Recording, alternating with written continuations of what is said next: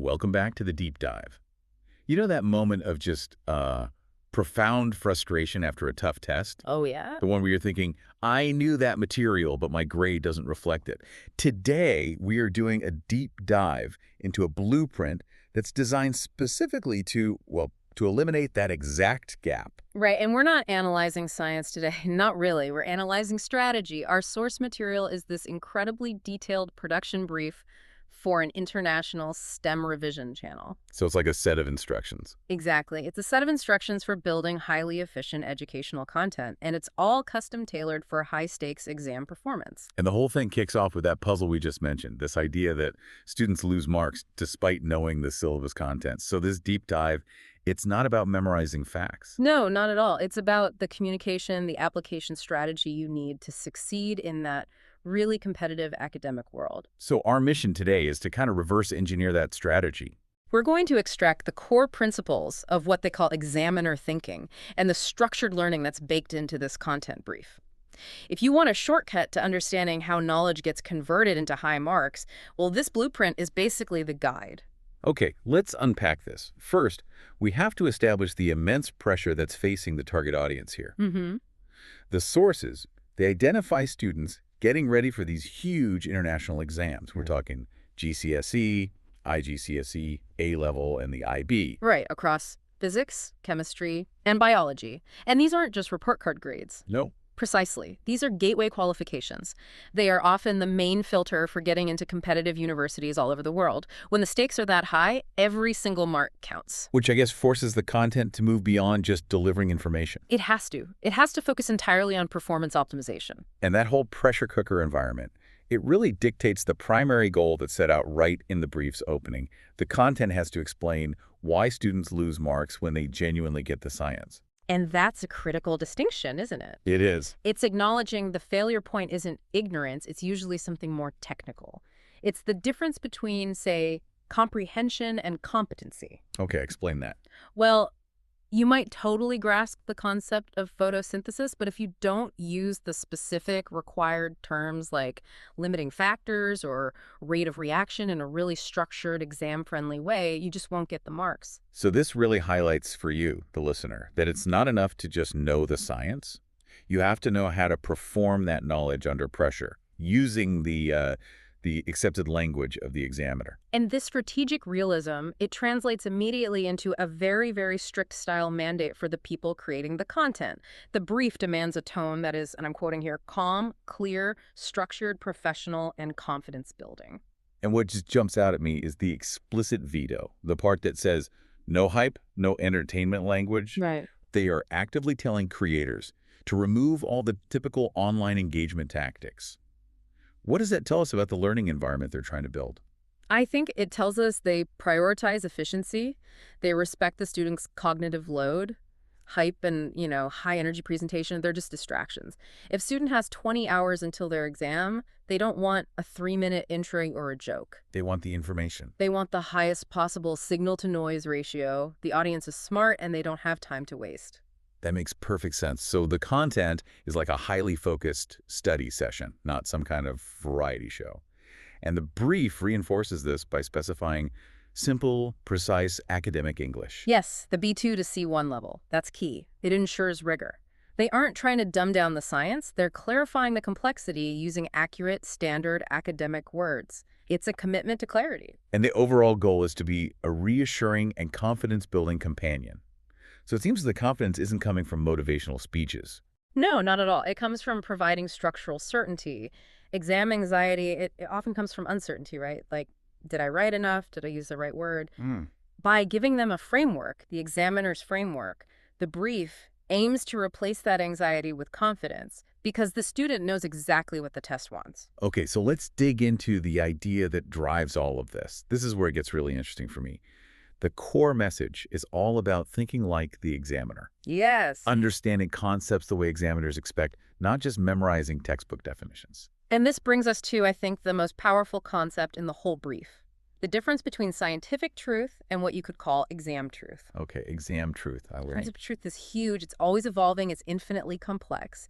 Exam truth is narrow, it's precise, and it's defined by a very specific mark scheme. That's a really powerful distinction. Can you give me a concrete example? Yeah. Where scientific truth gets you 0 marks, but exam truth gets you full marks. Absolutely. Take a common quote in chemistry or biology. Explain cellular respiration. Okay. Now, scientifically, that's a massively complex pathway. Dozens of enzymes, intricate energy transfers. If you write a beautiful paragraph about the transfer of stored energy in general, you might get 0 marks.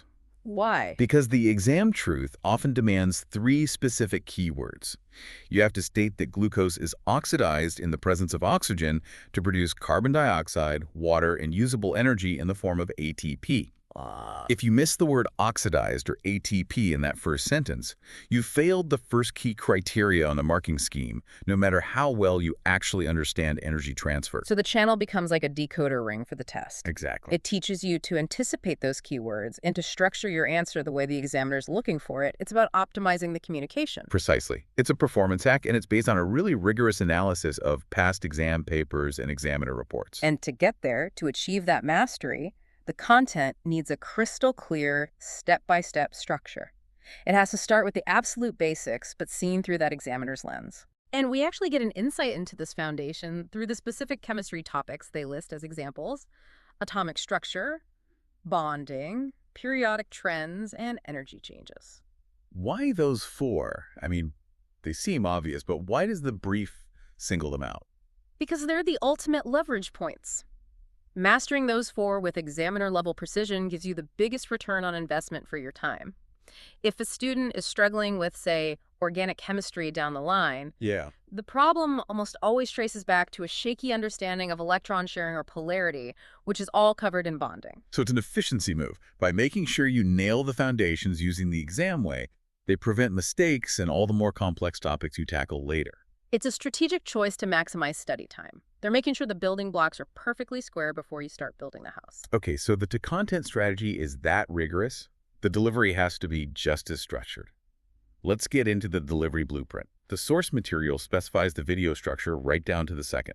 It's almost clinical. The opening is just 20 to 30 seconds. That's it.